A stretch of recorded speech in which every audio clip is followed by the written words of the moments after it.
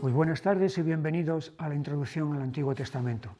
La semana pasada estuvimos viendo este salmo, el Salmo 119, es el salmo más largo de toda la Biblia y también es un salmo que tiene una característica no exclusiva suya, porque hay otros salmos que también lo tienen y alguna otra porción del Antiguo Testamento, como el libro de Lamentaciones y el final del libro de Proverbios, y es que este salmo está compuesto en forma de acróstico. El acróstico dijimos que es una composición literaria según la cual cada renglón, cada línea de esa composición, ya sea una poesía o lo que sea, empieza con una letra del alfabeto y la segunda línea, la primera empieza con la primera letra del alfabeto, la segunda con la segunda, la tercera con la tercera, etcétera, de tal manera que va en orden pasando entonces por todo el alfabeto. Y en ese sentido, este Salmo 119 está compuesto de esa manera, está compuesto en 22 porciones, porque son 22 las letras que tiene la lengua hebrea, en 22 porciones, y cada una de esas porciones comienza con una de las letras de ese alfabeto, de tal manera que aquí tenéis las letras escritas, entonces, y aquí los versículos que comienza cada uno de ellos con una de estas letras. Para que nos hagamos una idea, en el manual del Antiguo Testamento, en la página 108, os puse un ejemplo. Hay una imagen ahí tomada de la Biblia hebraica, entonces en la que aparecen los primeros 16 versículos. Entonces, los que tenéis aquí el manual lo podéis ver aquí, los que lo tenéis en casa lo podéis ver luego, y los que no, pues Patricio seguramente va a poner una imagen de esa página en el vídeo que ahora mismo se está grabando. Y si os fijáis, entonces, hay que tener en cuenta una cosa: la lengua hebrea, lo mismo que el árabe y que otros idiomas semíticos, se leen de derecha a izquierda, no como nosotros, que es de izquierda a derecha. Entonces, si miráis en esa página, veréis que cada primera letra de los 8 primeros versículos y de los segundos 8 segundos versículos, hay un redondelito rojo que envuelve a esa letra, para que nos demos cuenta, para que nos fijemos entonces de cómo está construido este salmo. Entonces es de esta manera. Decíamos que el Salmo 119 tiene un tema que es la palabra de Dios, un tema, la palabra que se despliega de la misma manera que decíamos el arco iris se despliega en diversos colores, y esa diversidad es lo que da riqueza, y de la misma manera que la música no consta solamente de una sola nota, porque si no eso sería muy aburrido, y la música está compuesta de una diversidad de notas que es lo que le da riqueza y belleza, pues también la palabra de Dios entonces está compuesta de una serie de matices, y veíamos que en este salmo aparecen una y otra vez las palabras ley, estatuto, dicho, testimonio, mandamiento, juicio, camino, todas ellas referidas a la palabra de Dios, lo cual nos da un indicio de la riqueza que tiene esa palabra.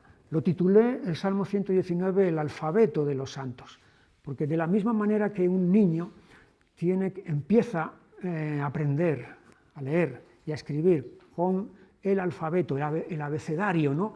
Esa es la cartilla. Aquí en España le llamábamos a eso, cuando yo era pequeño, la cartilla, y allí es donde aprendías los rudimentos, ¿no?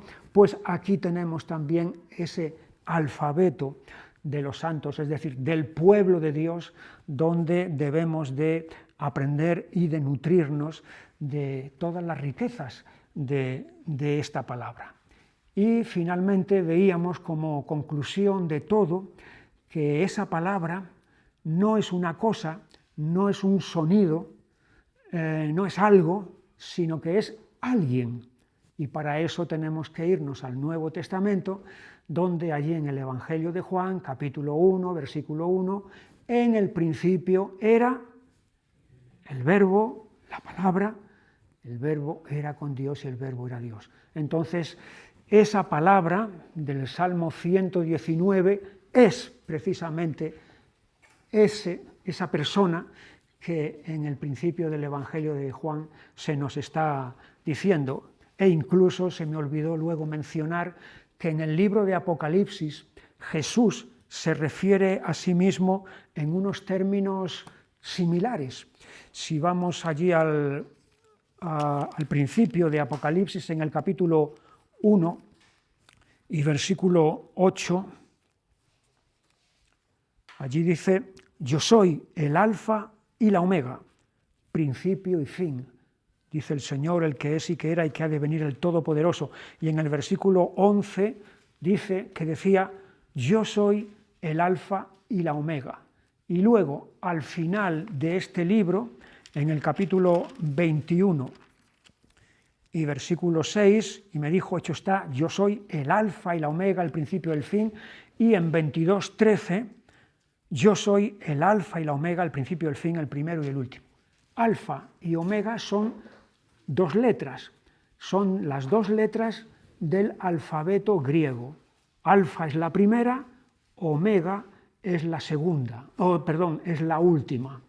Por lo tanto, aquí tenemos cómo todas esas letras, desde la primera hasta la última, están contenidas en esta palabra que es exhaustiva, que es Jesús, el Verbo. De la misma manera que aquí tenemos la primera letra del alfabeto hebreo, es Aleph, equivalente a alfa, y la última letra, que es Tau, que es la equivalente a omega.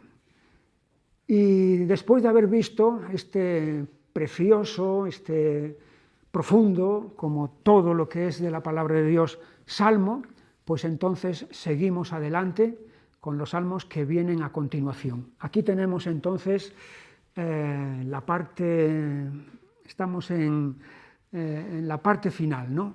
El último tramo, ya digo, esta clase y la próxima, si Dios quiere, y de esta manera terminamos. Después del Salmo 119 vienen un grupo de salmos que son del 120 al 134, que tienen una característica en común. Son 15 salmos y todos ellos comienzan con un encabezamiento.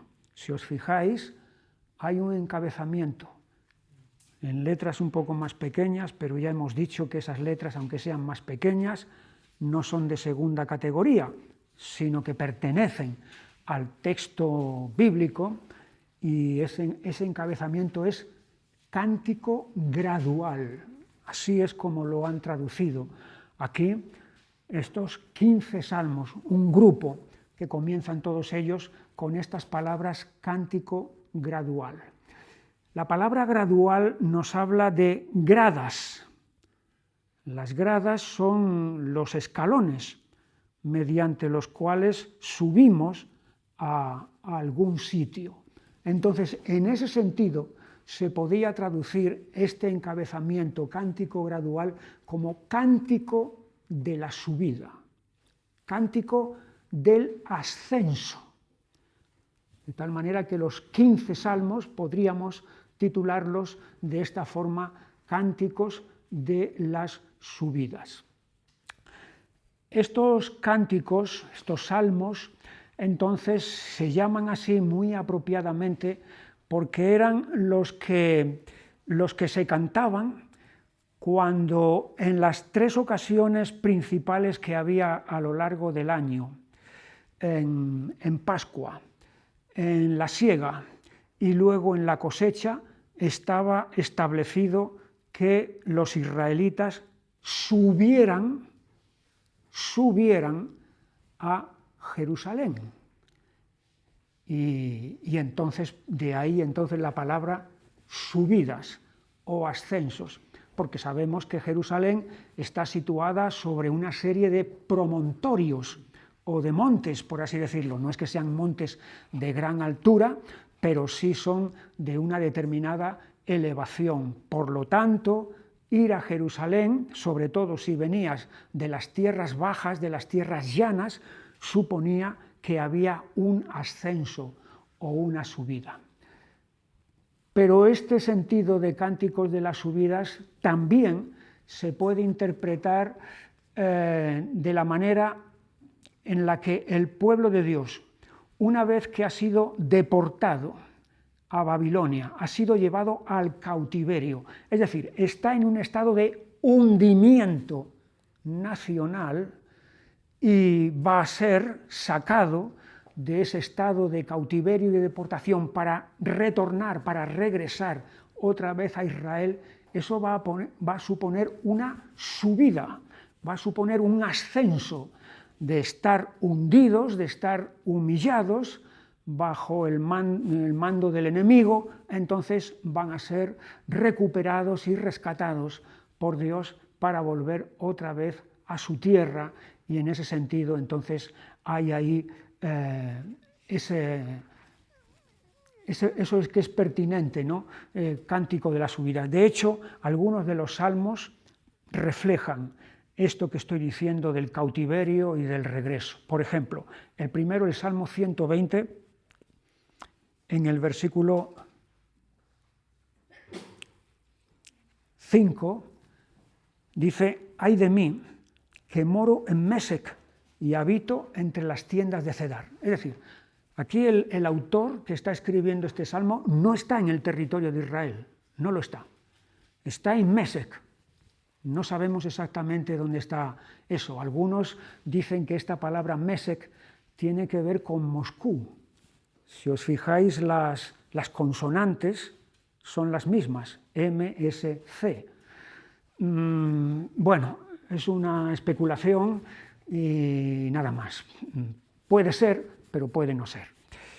Lo cierto es que está en el extranjero. Y luego las tiendas de Cedar, ahí sí sabemos que Cedar estaba y está en Arabia. Es decir, es alguien que está fuera de su patria, fuera del territorio de Israel. Luego, en el Salmo 123 y versículo 3, «Ten misericordia de nosotros, oh Señor, ten misericordia de nosotros, porque estamos muy hastiados de desprecio». Muy hastiados de desprecio. Y esto indica, hace ver entonces de que están rodeados en un ambiente que no es el suyo, un ambiente extraño, un ambiente hostil, desprecio. Luego quiere decir que están fuera otra vez de su territorio. Y en el 126 y versículo 1 dice: «Cuando el Señor hiciere volver la cautividad de Sión, seremos como los que sueñan». Aquí se está hablando ya directamente, claramente, acerca del cautiverio del pueblo de Dios. Y otra vez en el versículo 4, «Haz volver nuestra cautividad, oh Señor, como los arroyos del Negev». Así que vemos en varios de los salmos de este conjunto de 15 salmos que efectivamente están escritos no dentro del territorio de Israel, y por lo tanto da pie a decir cánticos de las subidas es de salir del abismo, de salir del hoyo para volver otra vez a recuperar el estado anterior. Lo que vamos a hacer es mirar de esta colección de 15 salmos, vamos a mirar dos solamente de ellos. En primer lugar, vamos a ver el Salmo 122. Lo he titulado «La subida a la casa de Dios». Porque de hecho el verbo subir está aquí, versículo 4. «Y allá subieron las tribus del Señor». Así que este Salmo 122, la subida a la casa de Dios. Este salmo se puede dividir en 4 partes. Es un salmo corto, quizá lo podemos leer ahora al principio y luego vamos considerándolo poco a poco. Yo me alegré, cántico gradual de David. Yo me alegré con los que me decían, a la casa del Señor iremos. Nuestros pies estuvieron dentro de tus puertas, oh Jerusalén. Jerusalén que se ha edificado como una ciudad que está bien unida entre sí. Y allá subieron las tribus del Señor, conforme al testimonio dado a Israel, para alabar el nombre del Señor. Porque allá están las sillas del juicio, los tronos de la casa de David. Pedid por la paz de Jerusalén, sean prosperados los que te aman, sea la paz dentro de tus muros y el descanso dentro de tus palacios. Por amor de mis hermanos y mis compañeros diré yo, la paz sea contigo, por amor a la casa del Señor nuestro Dios, buscaré tu bien. Es un salmo muy conocido y, como he dicho antes, yo lo he dividido en 4 partes. La primera parte serían los deseos del creyente por la casa de Dios. Aquí hay unos deseos intensos, profundos, que este creyente está teniendo por estar en la casa de Dios, por subir a la casa de Dios. Por eso dice al principio, yo me alegré con los que me decían, a la casa del Señor iremos. O sea, lejos de ser una invitación que cae en saco roto, lejos de ser una llamada que recibe una respuesta de indiferencia o de aburrimiento, todo lo contrario, aquí el llamamiento que se le está haciendo, la invitación, vente, júntate con nosotros, lo que va a suscitar es alegría, gozo, por poder ir a la casa de Dios. Y es evidente que si hay esta alegría, si hay este deseo por la casa de Dios, es porque hay un amor por la casa de Dios. Es lógico, ¿verdad? El amor por algo brota, del amor por algo brota la alegría. Este creyente ama la casa de Dios y por lo tanto la perspectiva de ir a esa casa produce en su corazón alegría. No hay nada aquí de indiferencia, ni de aburrimiento, ni de rechazo, todo lo contrario. Este amor por la casa de Dios es una nota peculiar que vemos una y otra vez en los salmos. Por ejemplo, en el Salmo 26 y versículo 8, es un salmo también de David, lo mismo que el Salmo 122 que estamos considerando. El Salmo 26, versículo 8, Señor, la habitación de tu casa he amado y el lugar de la morada de tu gloria.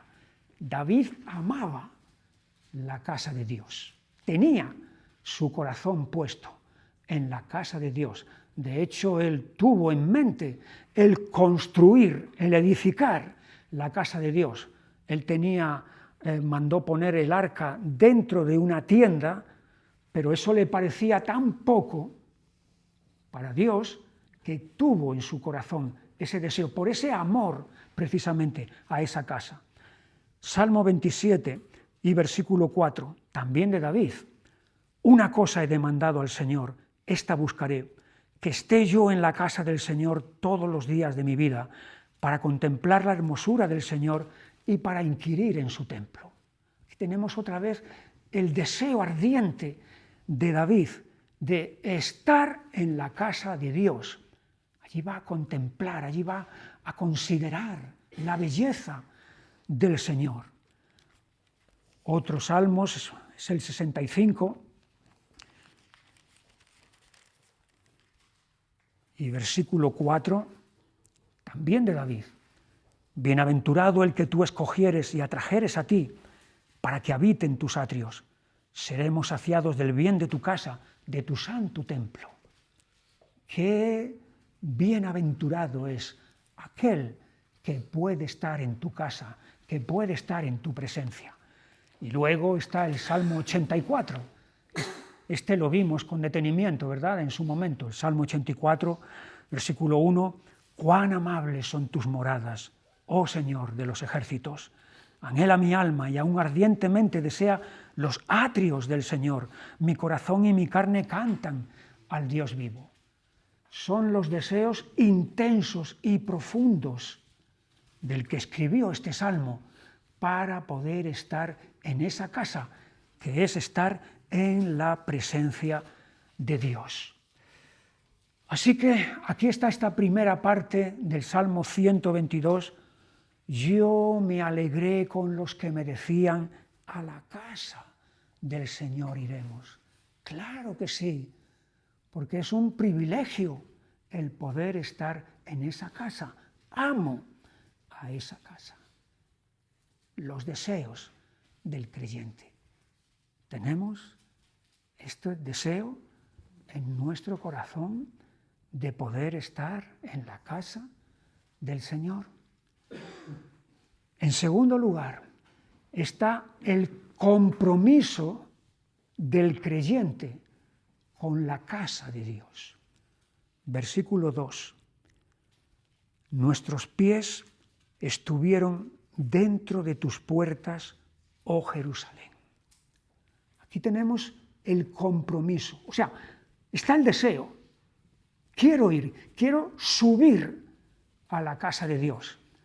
Pero a veces puede haber un deseo o una palabra incluso que luego no se lleva a cabo, no se lleva a realizar. Pero aquí ese deseo va a compromiso. Y es un compromiso presencial. Nuestros pies. Estoy pisando. He llegado, he subido, estoy dentro de la casa. Nuestros pies. Es un compromiso presencial, no virtual. Con la pandemia está ocurriendo una cosa.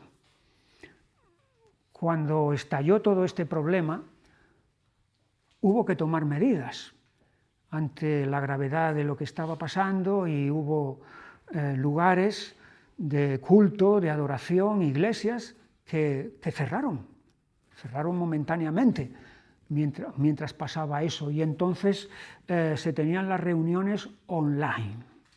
Era una forma, por lo menos, de tener algo. Después se ha reintegrado toda la normalidad y se ha vuelto a recuperar otra vez la asistencia presencial. Sin embargo, conozco a personas, a creyentes, que se han acostumbrado a quedarse en su casa y ven por el vídeo la reunión y ya no asisten más. Dicen, ya con esto estoy bien. Aquí hay un compromiso no virtual, aquí hay un compromiso presencial. Nuestros pies estuvieron dentro de tus puertas. En ese sentido, esto coincide con lo que dice el autor de la carta a los Hebreos en el capítulo 10 y versículo 25. No dejando de congregarnos como algunos tienen por costumbre. No dejando de congregarnos, y está refiriéndose evidentemente a presencialmente, porque entonces no había otra manera de congregarse. Pero como algunos tienen por costumbre, porque el problema de haberse acostumbrado a asistir a las reuniones a distancia, virtualmente, es que tú te conviertes en un espectador, no en un participante. No entras dentro del culto, no estás formando parte de la alabanza y de todo el ambiente y la atmósfera espiritual. No estás teniendo comunión con los hermanos que están ahí. Tú estás como un espectador, de la misma manera que el espectador que se sienta a ver una obra de teatro o un partido de fútbol o una película o algo así, no entra, no puede entrar en esa distancia, entonces, y por lo tanto, no forma parte de todo lo que hay ahí. Aquí hay un compromiso que es presencial. Es un compromiso estable. Fíjate, nuestros pies estuvieron. Este verbo estar, como es un verbo tan corriente y tan común, a veces no le damos demasiada importancia, pero este verbo estar, que se ha traducido aquí como estar, es quedarse. Nuestros pies se quedaron dentro de tus puertas, permanecieron dentro de tus puertas. Es decir, no es la visita del médico. El otro día tuve una visita con el médico que fue la más breve de toda mi vida. Yo estaba contentísimo, por supuesto, porque a veces tienes que esperar 45 minutos o 50 minutos hasta que te toca y luego ahí fue. Saqué el ticket, apareció en la pantalla, entré, me recetó las pastillas para la alergia y me fui. Fue cuestión de un minuto, jamás. Luego pensé, digo, claro, a esto se refiere a la visita del médico. Aquí es visita, entrar y salir, fuera. Nuestros pies estuvieron, permanecieron, se quedaron dentro, no un pie fuera y otro dentro, no a medias, sino los dos pies están dentro. O sea, es un compromiso integral, no un 50%. Por lo tanto, es un compromiso concreto, específico, tangible, práctico. El deseo se ha transformado en compromiso. Con este compromiso, este creyente va a adquirir un conocimiento de la casa de Dios, porque solamente cuando nos comprometemos con algo podemos llegar a conocerlo. Cuando no nos comprometemos con algo, ese algo queda distante y no lo podemos conocer, pero cuando nos comprometemos, entonces conocemos. Y esto es lo que aquí este creyente está manifestando, que conoce la casa de Dios. En primer lugar, que se trata, y ahora está hablando de Jerusalén, ¿dónde está esa casa? Versículo 3, Jerusalén que se ha edificado como una ciudad que está bien unida entre sí. Así que la casa de Dios es un lugar de convivencia, una ciudad. Una ciudad es una convivencia, ¿verdad? Y cuando esa ciudad es Jerusalén, es la ciudad santa, entonces es una convivencia santa, es decir, es una comunión. Por eso no puedes tener comunión viendo cultos online. Para tener comunión tienes que estar en la casa, reuniéndote con los demás creyentes. Esta casa es un lugar de unidad, una ciudad que está bien unida entre sí, Y en ese sentido hay dos pasajes que el apóstol Pablo emplea en la carta a los Efesios que van casi paralelos con esto que aquí está diciendo este salmo. En el capítulo 2 de Efesios y versículo 21 está hablando de la iglesia, la casa de Dios, el edificio espiritual, en quien todo el edificio bien coordinado,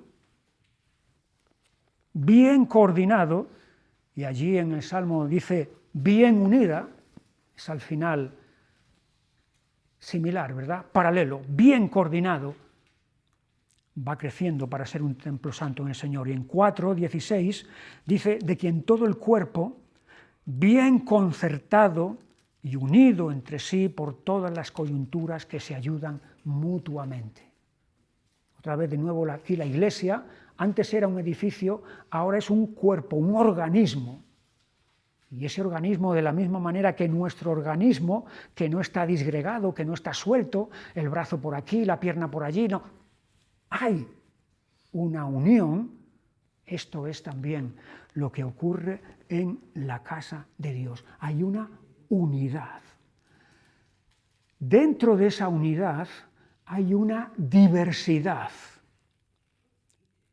Como una ciudad que está bien unida entre sí, y allá subieron las tribus del Señor. Tribus es plural. Plural habla de diversidad. Judá es una tribu, Benjamín es otra, Efraín es otra, Manasés es otra, y así vamos tocando las 12 tribus. Son tribus diversas, son tribus diferentes. No están fabricadas en un molde, todas iguales. No están hechas en una cadena de montaje. En las fábricas, las cadenas de montaje hacen todas las piezas iguales, exactamente iguales. No hay diferencia entre unas y otras. Pero en el pueblo de Dios, Dios no hace de nosotros piezas de cadena de montaje. No, porque cada uno de nosotros tenemos una personalidad y unas cualidades diferentes.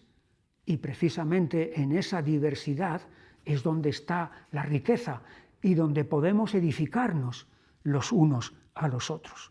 Allá subieron las tribus, la diversidad del pueblo de Dios.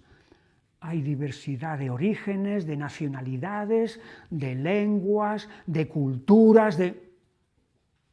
Dentro de esa diversidad hay una unidad, porque hay una pertenencia común. Allá subieron las tribus del Señor. Es esa pertenencia a un mismo Señor dentro de esa diversidad lo que da unidad. Esta subida, este compromiso específico, obedece al mandato del Señor. No es el mandato del pastor, no es el mandato de fulano o mengano, que quiere que vayamos a la casa de Dios, sino que es el mandato de Dios. Como dice allí en el versículo 4, allá subieron las tribus del Señor, conforme al testimonio dado a Israel. Y ese testimonio viene de arriba, viene de parte de Dios, que quiere que su pueblo se congregue en su presencia. ¿Y para qué? ¿Cuál es el propósito? ¿Cuál es el objetivo? Allí lo tenemos al final del versículo 4. Para alabar el nombre del Señor. Su nombre, su presencia, nuestra gratitud, nuestro reconocimiento, alabanza, adoración. Ese es el propósito. Es decir, no es simplemente ver a los amigos o ver a los hermanos, que está muy bien, pero el propósito primordial es el de alabar a Dios. ¿Conoce este creyente la casa de Dios? Sí. La conoce porque está comprometido con ella y por eso sabe moverse en medio de ella. Versículo 5, porque allá están las sillas del juicio, los tronos de la casa de David. Esta casa es un lugar de autoridad. Autoridad, hay una autoridad espiritual y hay una autoridad que es legítima, que está puesta de parte de Dios. Deseos nos llevan a compromiso, el compromiso nos lleva al conocimiento de la casa de Dios y la parte final es la tarea del creyente por la casa de Dios. Versículo 6. Pedid por la paz de Jerusalén, sean prosperados los que te aman. Primera tarea, la intercesión a favor de la casa de Dios, a favor de quienes la integran. Es decir, voy a orar por mis hermanos, voy a interceder por ellos. Hay algunos que están enfermos, hay otros que sé que están pasando pruebas difíciles, están pasando por tiempos malos y complicados. Voy a interceder, voy a ponerlos delante del trono de la gracia. Es una tarea por la casa de Dios. Y la otra es la edificación de esa casa. Versículo 8, por amor de mis hermanos y mis compañeros, diré yo, la paz sea contigo, por amor a la casa del Señor nuestro Dios, buscaré tu bien. Fíjate, dos cosas que aquí este creyente va a hacer a favor. Va a interceder, pero además hay otras dos cosas aquí que va a hacer. Diré yo, la paz sea contigo. Es decir, por medio de la palabra, de una palabra de edificación, de una palabra de bendición, él va a ser de ánimo para los que están ahí. Hay palabras destructivas, hay palabras de crítica, hay palabras de juicio despiadado, hay palabras destructoras y hay palabras que son de ayuda, de ánimo, de edificación y de bendición. Diré yo, la paz sea contigo. La palabra, por amor a la casa de nuestro Dios, buscaré tu bien. O sea, me voy a esforzar por el bien de la casa de Dios y por el bien de mis hermanos. 4 partes de este salmo. Deseo, compromiso, conocimiento y tarea. El deseo lleva al compromiso, el compromiso al conocimiento y el conocimiento lleva a la tarea. Que podamos tener este mismo sentir que este Salmo 122 nos transmite. Saltamos al Salmo 131. El Salmo 131 es un salmo muy pequeñito en más de un sentido, como vamos a ver a continuación. Lo he titulado Las claves de la grandeza. Cántico gradual, Salmo de David. Señor, no se ha envanecido mi corazón, ni mis ojos se enaltecieron, ni anduve en grandezas, ni en cosas demasiado sublimes para mí. En verdad que me he comportado y he acallado mi alma. Como un niño destetado de su madre, como un niño destetado está mi alma. Espera, oh Israel, en el Señor, desde ahora y para siempre. El que está escribiendo esto es David. David está en la cumbre. David está en lo alto, porque David es el rey de Israel. Sin embargo, estando en toda esa grandeza, Él nos va a dar las claves de la verdadera grandeza. ¿En qué consiste eso? Es algo que luego Jesús va a enseñar de una manera explícita, pero que coincide con lo que David está diciendo aquí. En el Evangelio de Mateo, en el capítulo 23,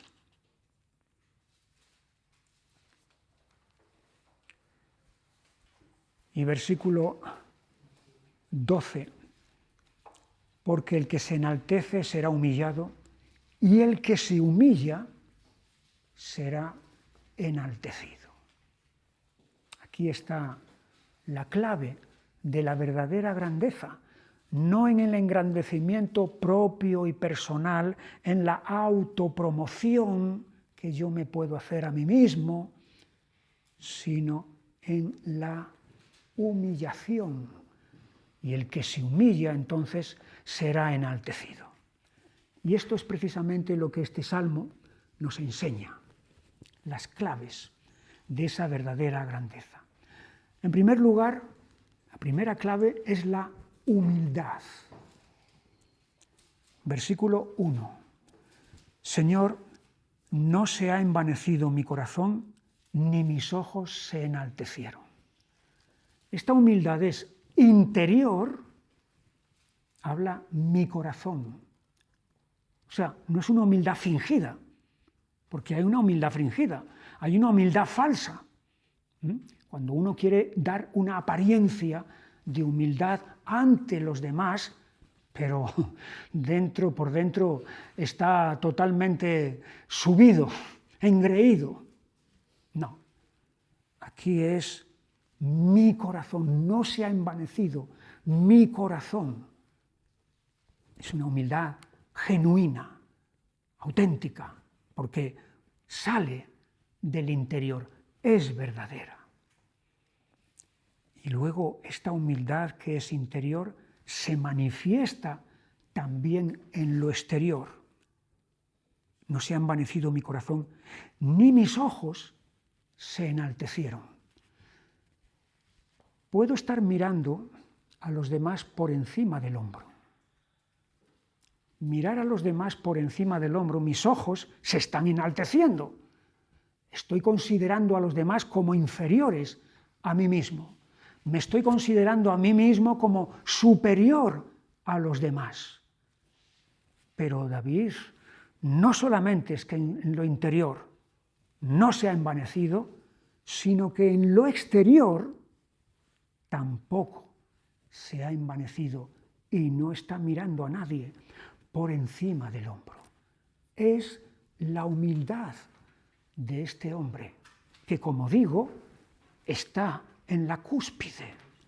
No es un don nadie que dices, bueno, claro, es un don nadie, ¿qué va a hacer?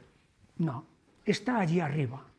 Y sin embargo, estando arriba, sigue manteniendo esa humildad que tuvo cuando era un don nadie, el octavo hermano de su familia, que no contaba para nadie, aunque sí para Dios, y fue cuando Samuel allí lo ungió delante de sus hermanos. Humildad. Y luego está la sencillez de este hombre. Ni anduve en grandezas ni en cosas demasiado sublimes para mí. O sea, no está buscando, no está persiguiendo esos objetivos. No. Ha llegado arriba, pero no porque él haya estado en pos de eso, sino porque Dios lo ha levantado y Dios lo ha promovido allí. Pero nunca él tuvo en su corazón el pensar algo así. En primer libro de Crónicas, en el capítulo 29, y es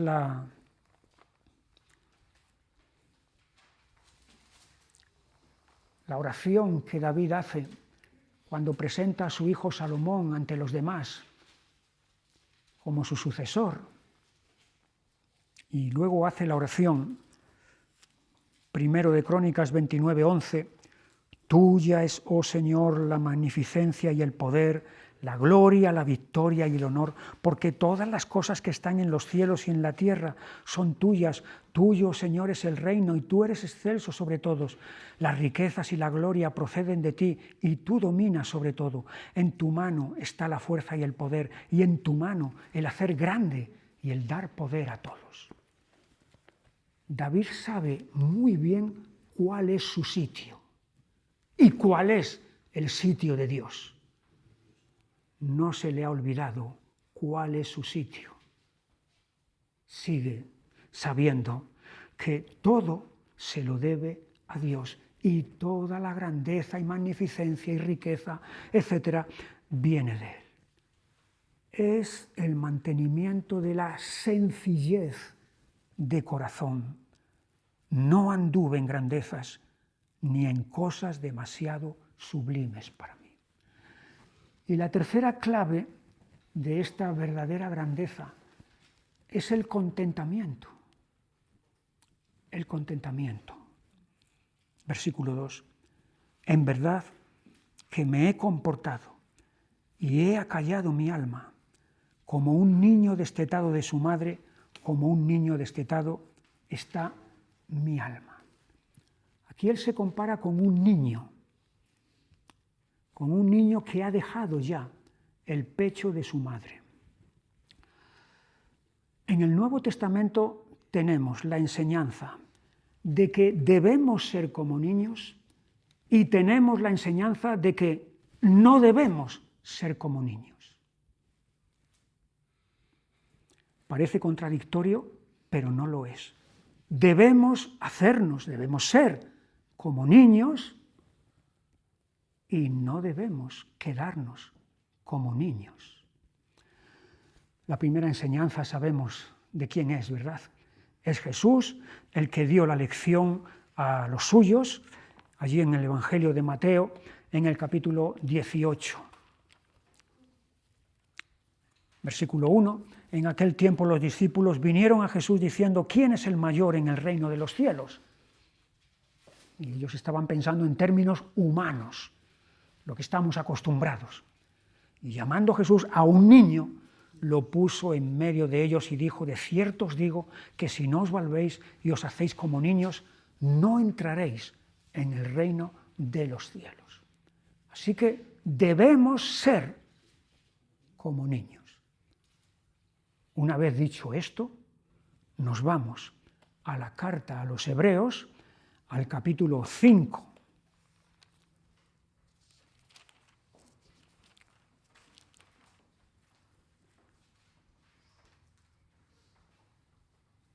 Versículo 11, acerca de esto tenemos mucho que decir y difícil de explicar, por cuanto os habéis hecho tardos para oír, porque debiendo ser ya maestros después de tanto tiempo, tenéis necesidad de que se os vuelva a enseñar cuáles son los primeros rudimentos de las palabras de Dios, y habéis llegado a ser tales que tenéis necesidad de leche y no de alimento sólido, y todo aquel que participa de la leche es inexperto en la palabra de justicia, porque es niño. El autor de la carta a los Hebreos les está diciendo, os habéis quedado en un estado estancado, de estancamiento, de los rudimentos de la fe, donde no estáis creciendo. No estáis creciendo en el conocimiento, por ejemplo, de la palabra. Por eso hay cosas que no pueden digerir, que no pueden captar. Se han acostumbrado a 4 verdades esenciales y ya está. Y con eso se han dado por satisfechos.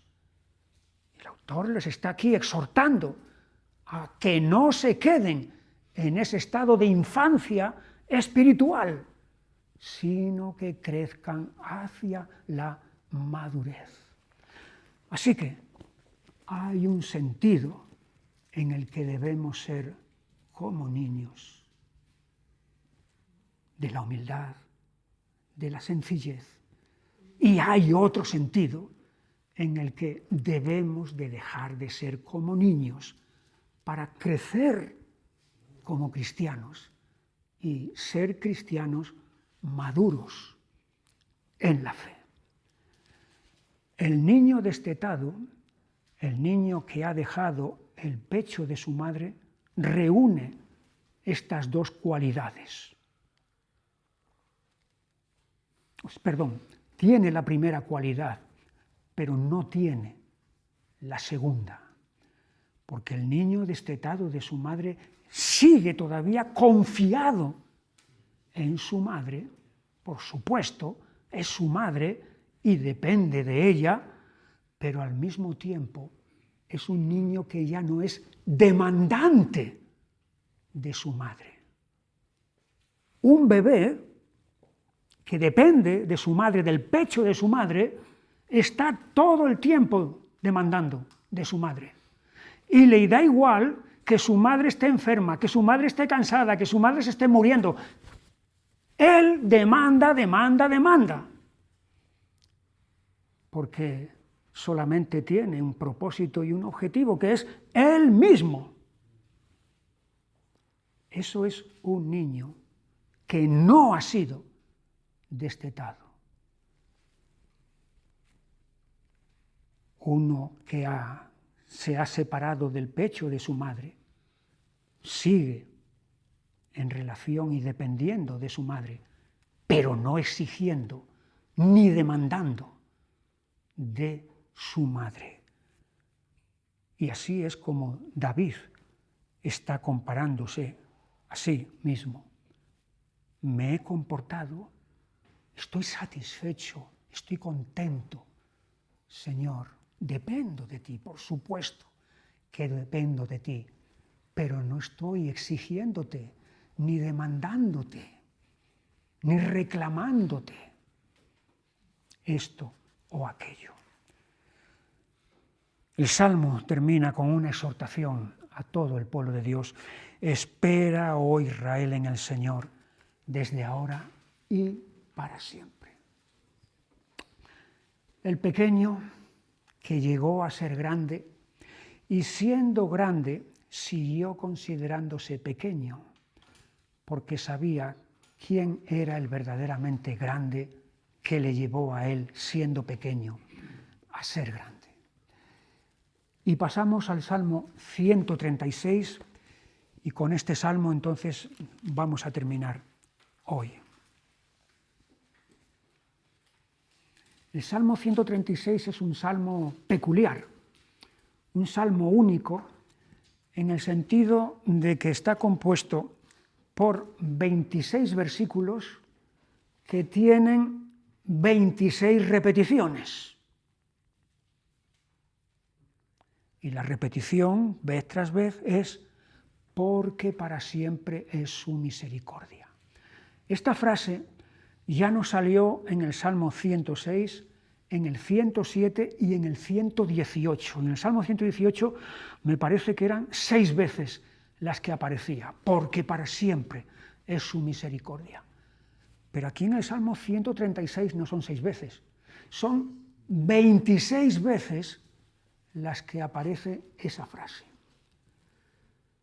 Lo he titulado repeticiones, porque son repeticiones, pero renovadoras, porque hay un peligro con las repeticiones, y el peligro de las repeticiones es que terminen aburriendo a cualquiera, terminen cansando a cualquiera.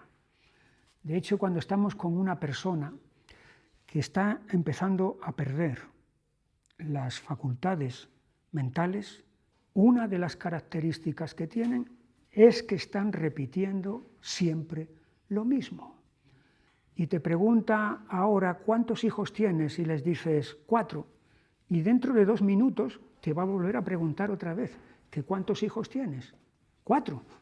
Y dentro de otros 2 minutos te va a volver otra vez a preguntar la misma pregunta. Son repeticiones y claro, hay que comprender la situación y entender las circunstancias, pero cuando algo es repetitivo, llega a ser cansino, llega a ser aburrido. Es por esto por lo que Jesús dijo, hablando de la oración, en el Evangelio de Mateo, en el capítulo 6 y versículo 7, y orando, no uséis vanas repeticiones, como los gentiles que piensan que por su palabrería serán oídos. O sea, frases hechas, frases aprendidas de memoria, dichas como papagayos o como loros, y venga, y venga, y venga, pensando que de esa manera se llega arriba, se llega a Dios, o que Dios va a hacer más caso porque estamos repitiendo una y otra vez lo mismo. Es lo que ocurrió con aquellos hombres en la cumbre del Monte Carmelo, a los que se enfrentó Elías, en el primer libro de Reyes, capítulo 18 y versículo 26, los profetas de Baal. Y ellos tomaron el buey que les fue dado y lo prepararon e invocaron el nombre de Baal desde la mañana hasta el mediodía, diciendo: Baal, respóndenos. Esa era la oración. Baal, respóndenos.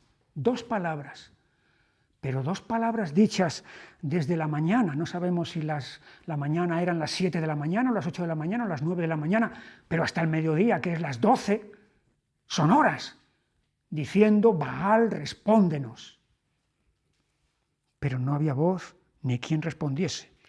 Entre tanto, ellos andaban saltando cerca del altar que habían hecho. Es la mentalidad pagana, ¿no? De pensar que a base de fórmulas repetidas, entonces vamos a atraer la aprobación de Dios. ¿No habrá peligro aquí, en este Salmo 136, repitiendo una y otra vez, hasta 26 veces, porque es para 136, porque para siempre es tu misericordia? ¿No podremos caer en todo esto? Cuando yo era niño, sigue habiendo evidentemente, lo que se llamaba la letanía.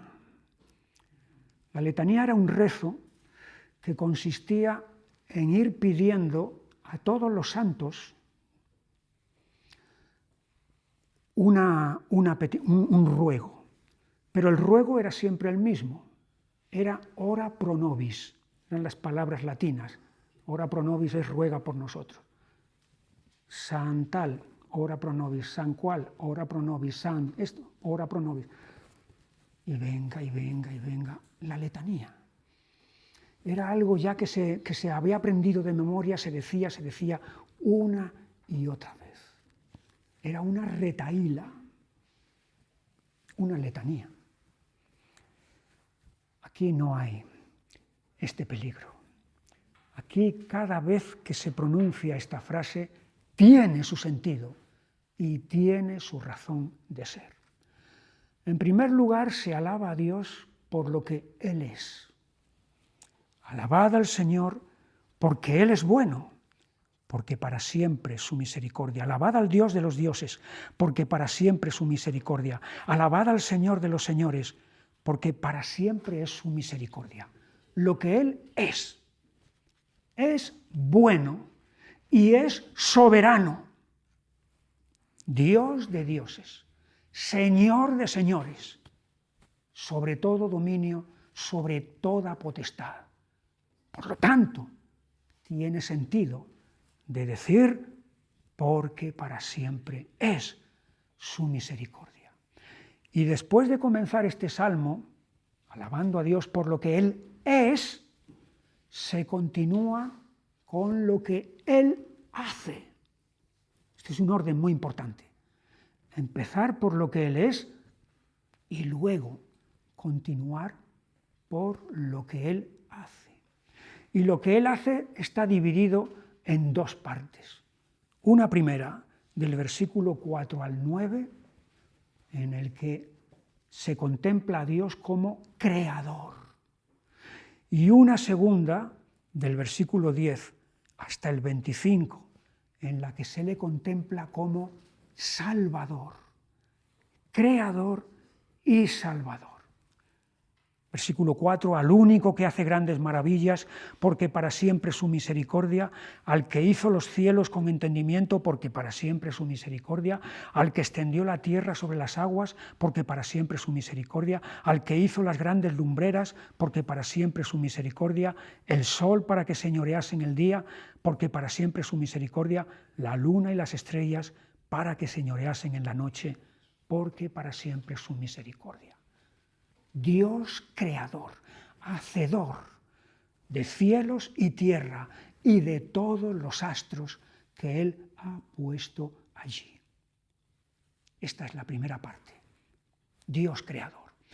Y la segunda es Dios como Salvador. 10. Al que hirió a Egipto en sus primogénitos, porque para siempre su misericordia, al que sacó a Israel de en medio de ellos, porque para siempre su misericordia, con mano fuerte y brazo extendido, porque para siempre su misericordia, y va relatando paso por paso todo el itinerario de Israel desde la salida de Egipto hasta la entrada en Canaán, y todo ello acompañado con la frase porque para siempre es su misericordia. Es Dios como Salvador, como Redentor de su pueblo. Pero claro, hay algunas veces, algunos versículos en los que decimos, claro, es lógico añadir aquí porque para siempre su misericordia. Por ejemplo, el 11, al que sacó a Israel de en medio de ellos, porque para siempre su misericordia. Por supuesto. 12, con mano fuerte y brazo extendido, porque para siempre su misericordia. Claro que sí. 13, al que dividió en el mar Rojo en partes, porque para siempre su misericordia. Amén. E hizo pasar a Israel por en medio de él, porque para siempre su misericordia. Sí, totalmente de acuerdo. Podemos decir, encaja, porque para siempre su misericordia, porque son actos salvadores a favor del pueblo de Dios. Sin embargo, hay otros versículos en los que está puesta la frase, porque para siempre su misericordia, que no parecen concordar muy bien con lo que se acaba de decir. Por ejemplo, el 10. Al que hirió a Egipto en sus primogénitos, porque para siempre es su misericordia. ¿Qué? Al que hirió. Mató a sus primogénitos, porque para siempre es su misericordia. 15. Y arrojó a Faraón y a su ejército en el mar Rojo. Y los ahogó, porque para siempre es su misericordia. 17. Al que hirió a grandes reyes, porque para siempre es su misericordia. 18. Y mató a reyes poderosos, porque para siempre es su misericordia. A Sehón, rey amorreo, porque para siempre es su misericordia. Y a Og, rey de Basán, porque para siempre es su misericordia. Aquí estamos viendo escenarios de juicio en los que Dios está desplegando su juicio contra los enemigos de Israel. ¿Podemos añadir ahí, porque para siempre es su misericordia, lo mismo que en los otros versículos? Sí, porque para que haya salvación del pueblo de Dios, tiene que haber necesariamente condenación de los enemigos del pueblo de Dios. Mientras esos enemigos estén ahí, el pueblo de Dios va a estar cautivo y oprimido y subyugado y derrotado. La única manera en la cual el pueblo de Dios va a poder ser salvado es mediante la condenación de sus enemigos, el juicio de Dios.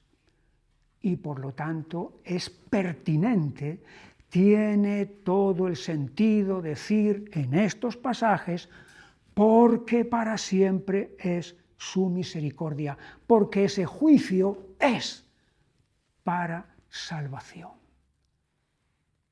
Estamos en el Antiguo Testamento, puede pensar alguno, esto es del Antiguo Testamento. Pero nos vamos al Nuevo, en el libro de Apocalipsis, en el capítulo 19,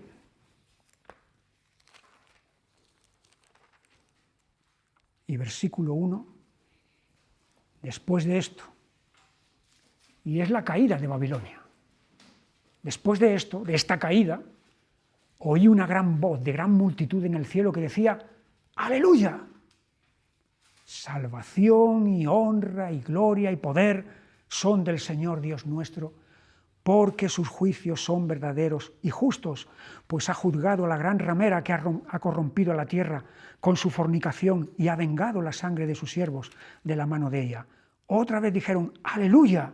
Y el humo de ella sube por los siglos de los siglos. Y los 24 ancianos y los 4 seres vivientes se postraron en tierra y adoraron a Dios que estaba sentado en el trono y decían, ¡Amén! ¡Aleluya! Y salió del trono una voz que decía, alabad a nuestro Dios, todos sus siervos y los que le teméis, así pequeños como grandes. Y oí como la voz de una gran multitud, como el estruendo de muchas aguas, y como la voz de grandes truenos que decía, ¡Aleluya! Porque el Señor nuestro Dios Todopoderoso reina. Sus enemigos, que se oponían a ese reino, han sido hundidos, han sido derrotados.